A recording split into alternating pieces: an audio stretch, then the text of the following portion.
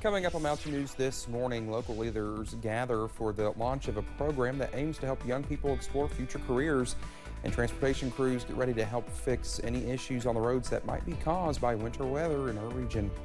Dedicated to Eastern and Southern Kentucky, this is WYMT Mountain News this morning. Good morning to you. 6 o'clock here on your Tuesday. I'm Dakota Makris, and these are the days I kind of wish I was back in high school because schools are closing because of the weather. Let's head over to Cameron for a look at our forecast. And like Brennan and I've said many times, we don't close because of the snow, or the winter weather. We did. No, I'm talking about the news. We don't close. No, but no, in Tennessee, please. Yeah, Bama, it's sprinkled. We're done. Yeah. Call it off. And we used to sit in front of the TV, in front of the morning news, and just watch for that scroll on the bottom for your county to pop up, and that was just the best days. Well, Cameron, I'm sure you made that Anchor's Day watching, Exactly. I'm sure. And now here I am. And here you are. 10 years later.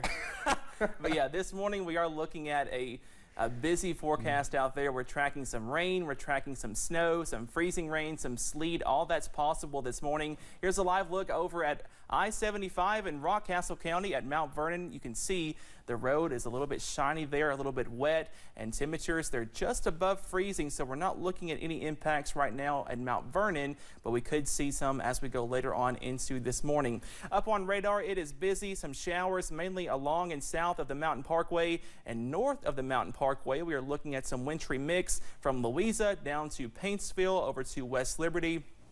Also from Campton to Stanton and down to McKee in Jackson County. Also getting in on some of that mix this morning. Temperatures anywhere from the 40s in Middlesboro and Harlan to the 30s for Moorhead and 20s right now over in Ashland. And that cooler air continues to move off to the south, and all of us will be in the 30s as we go into today.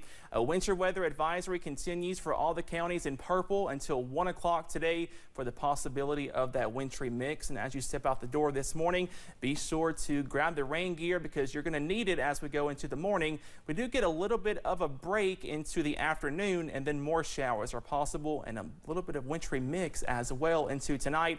All that and more coming up in just a little bit. Dakota? All right, Cameron, thank you. Well, last week, COVID-19 cases in the Kentucky River region were up 20%. The majority of our counties are in the medium category on the COVID-19 community level map. We talked with an Eastern Kentucky health expert to get a COVID and flu update, along with tips on how we can make sure to stay healthy. Bell, Harlan, Letcher, Pike, and Wolfe counties are listed as high on the COVID community levels map. Kentucky River District Public Health Department Director Scott Lockard says they are seeing plenty of COVID cases. We have COVID fatigue. We want to have life back as normal as much as we can. And we want, of course, during the holidays, we have been out in crowds. He says we are still seeing a steady number of flu and COVID cases, but as people are testing negative for flu, COVID, and strep, but are dealing with respiratory illnesses. If you're still sick, again, you should use these precautions. You should use good oral hygiene. You should try to stay away from others while you have symptoms, and then always, treat your symptoms, even if you don't know particularly what illness you have there. Lockard says it is not too late to get your flu shot or even your COVID vaccine. And if you need a booster, he says do not wait. We really need to be thinking about getting our young people vaccinated. If you're 6 months or older, there for influenza and COVID vaccines for those that are age appropriate. Making sure Eastern Kentuckians are healthy. Dakota Makris, WYMT Mountain News. Lockard encourages you to schedule a wellness check with your doctor because many people did not go to one during the height of the pandemic. Well, yesterday, Hazard leaders and representatives with the Kentucky River Community Care gathered at the Sapling Center in Hazard to discuss the launch of KRCC's newest program. KRCC worked for more than a decade to create the Transition Age Youth Individual Placement and Support Program, or TIPS, which aims to help youth and young adults with career exploration, job placement, and support to help them maintain those jobs. Some of these are very training specific, so if they want to do welding, we help them get into those classes.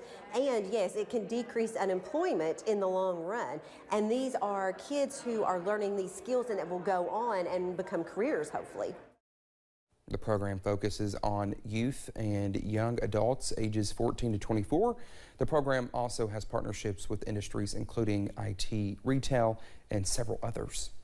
Pharmacies across the country plan to reduce hours due to a lack of staffing. The University of Kentucky has one of the top pharmacy programs in the country, but one professor says many graduates are no longer pursuing traditional retail medicine, and this is causing some chains to be short-staffed. And it's good for patients in terms of increasing accessibility. And you leave the emergency room at 3 in the morning, you can go pick up your meds at 3:15 in the morning. But that does put strain on the workforce. Employment growth for pharmacists is projected to grow only 2%, much slower than other jobs. The National Community Pharmacists Association says more than 3/4 of pharmacies in the U.S. report staffing difficulties. Well, Kentucky needs to do more to recruit and pay teachers better wages. A coalition of education, business, and civic leaders gathered inside the state capitol to push for more legislation and avenues to hike pay and recruit educators. Our Phil Pendleton has more on problems and possible solutions discussed. Education and business leaders came to the Capitol Monday to sound the alarm of a massive teacher shortage. And I think you would be shocked to find out how many of those principals, how many of those superintendents would tell you I have 0 certified applicants at this time. Educators and business leaders are pushing for lawmakers to do more to make teaching more lucrative, to pay them more, and to fill a shortage of 11,000 educators. There's a real crisis in the education profession right now, certified and classified, and something that needs to be addressed quickly. Governor Beshear says as of now, the state has collected about $2 billion more than what it needs. He is proposing that money be used to address the teacher shortage. Representative James Tipton says the teacher shortage will be addressed when the Kentucky General Assembly reconvenes next week. And it's a tremendous challenge, and there's no one answer as we look at this. The governor mentioned obviously funds, resources is an important part of this. As I talk to teachers, as I talk to people across the state, there are other issues. Overwork, burnout, additional duties. But to make up that learning loss, I know this one simple fact. You can't catch a kid up on math if you don't have a math teacher.